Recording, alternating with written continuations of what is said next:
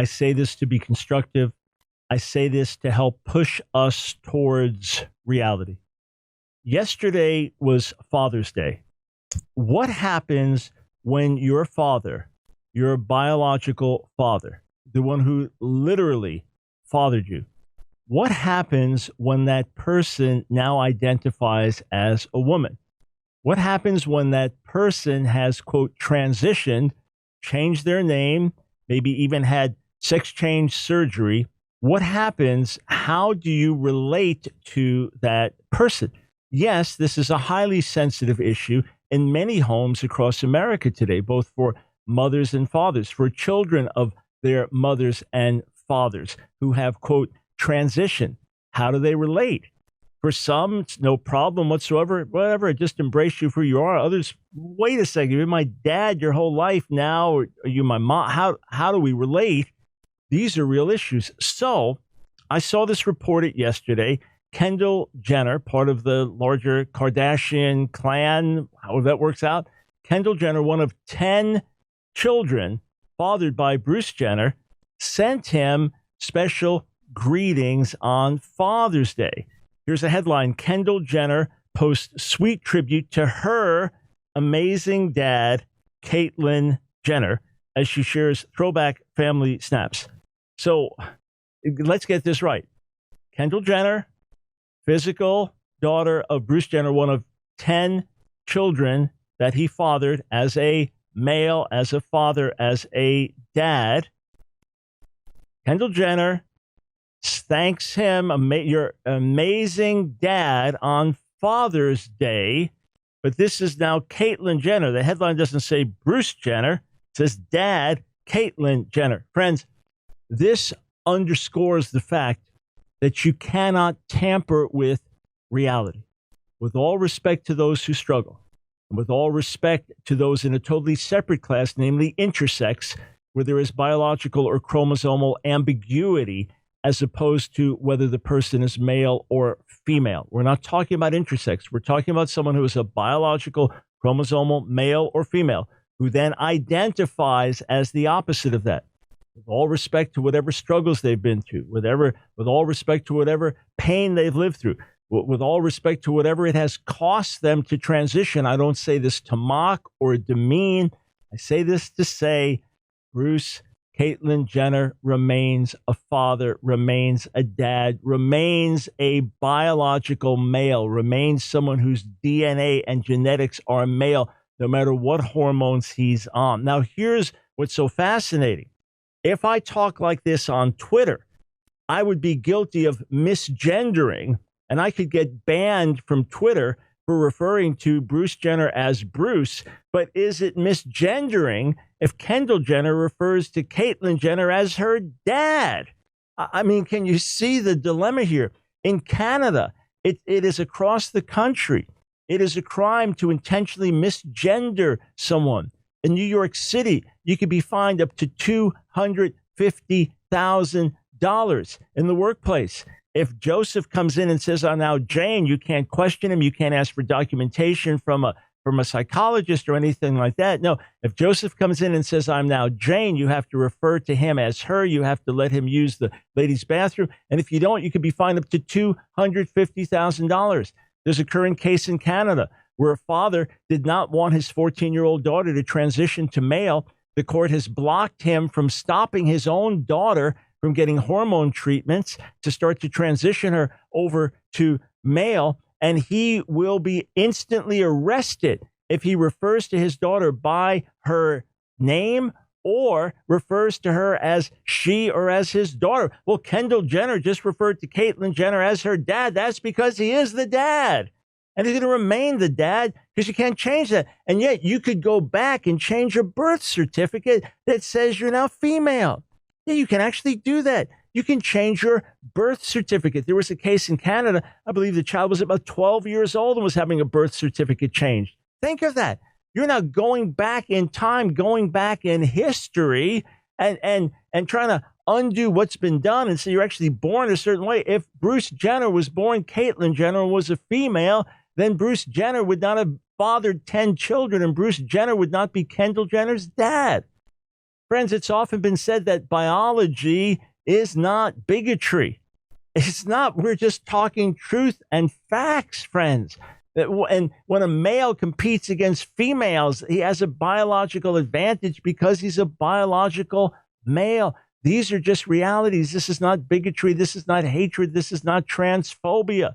In fact, because I've focused on these issues over the years and listened to people and tell their stories, read their stories, I understand this is tremendously painful. I tell you honestly, I cannot possibly relate to what someone goes through.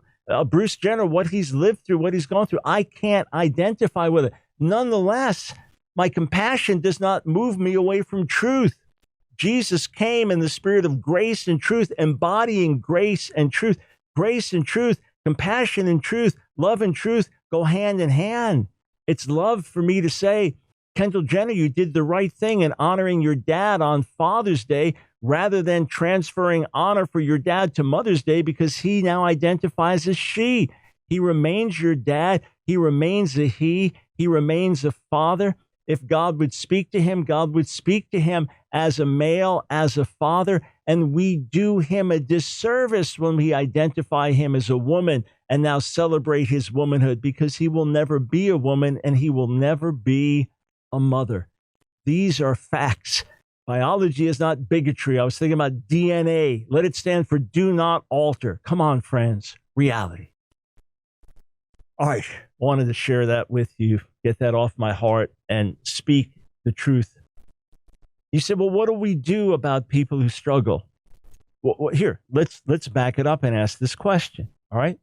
What do we do with someone who's schizophrenic? What do we do with someone who's diagnosed with, quote, multiple personality disorder? And I say, quote, multiple personality disorder because I've had other psychologists tell me it's completely bogus. Don't even think of that as a reality. But to that person's perception, it's quite real. I remember sitting with a university professor once and his wife. Nancy and I were having dinner with him and his wife. And at one point, she said something that seemed out of character. And I'll make up names. He said, let's say her name was Audrey. And he said to her, was that Sarah? Yes, that was Sarah. Uh-huh. And then they went on talking. And then something else comes out later. Was that Antoinette? Yeah. Multiple personality disorder. And they said, yeah, we're both Christians, but she suffers with this, and it's a diagnosed condition. And now and I said, well, how do you deal with this as a Christian? And he said, well, I'm trying to lead each of the different personalities to Jesus. Whoa, with all respect, got to be a better way than that. If someone's schizophrenic, do we say, okay, one day you're Jim, nice Jim, and the next day you're angry Jim? You're Dr. Jekyll and Mr. Hyde kind of thing? Or do we say, well, let's try to get to the root of that problem and help you? It's the same here. Just because we don't have a handy, easy solution in all cases doesn't mean that we collaborate with societal madness. Look, use the example again. There are people who suffer with what's called BIID, body identity integrity disorder. Now they are referred to as transabled. All right, not transgender, but transabled. So their brain map, their mind map tells them that they shouldn't have a right arm, that they shouldn't have a left leg. And they are tormented by the presence of that. It would be, I imagine, like if you had a head growing out of your shoulder, it would seem monstrous. And they finally have peace when they're able to get the thing amputated. Like one guy in England, he froze his foot, packed it in dry ice, froze his foot. And their doctors were able to save it. He froze it again. They had to amputate it. He has been so happy. He said, best thing he ever did. And there have been people literally laid down by train tracks. The train's coming by to have the train sever their leg. I saw on Jerry Springer years ago, I saw the video. I didn't see the show, but I saw the video where here's a guy, clearly a male, dressed as a female with a wig, or he's grown his hair up, but probably a wig and wearing a dress, but he's got no legs from the knees down. He's a man who identifies as a woman, but he's also suffering from body identity integrity disorder. So with a chainsaw, he was able to amputate both of his legs. Yeah. and they had on the show his ex-wife and his daughter. And the people in the audience, they were like, how can you be so crazy to cut your legs off? Yeah, it's fine if you think you're a woman. That's no big deal. But to cut your legs, how could you do that? But his wife was furious with him, screaming and yelling, you destroyed my life. I don't care you cut your legs. That's just stupid. You destroyed my life. Saying you're a woman, you destroyed my life. And the daughter's railing on him. I ended up on drugs because you. I ended up depressed because you. I ended up almost suicidal because of you. Because I knew you were my dad, but you wouldn't act like my dad. And what about cutting off? It's like, that's just stupid. But what affected them was the transgender issue. I look at it, I think, oh, this guy needs serious help. Serious help. But why is it fine to him to identify as a woman and modify what's between his legs through radical surgery? But it's not fine for him to have his legs amputated because that gives him peace. Why was a doctor in Scotland arrested for amputating limbs of healthy patients, but would be commended for performing sex change surgery? Friends, these people need our help. Hey, friends, I hope you enjoyed that video. If you did, click on one of the boxes on the screen, check out another one of our videos, and be sure to subscribe and hit that notification bell so that you don't miss a single video. You know, we discovered that about 60% of you that are watching our videos aren't subscribers. So subscribe today.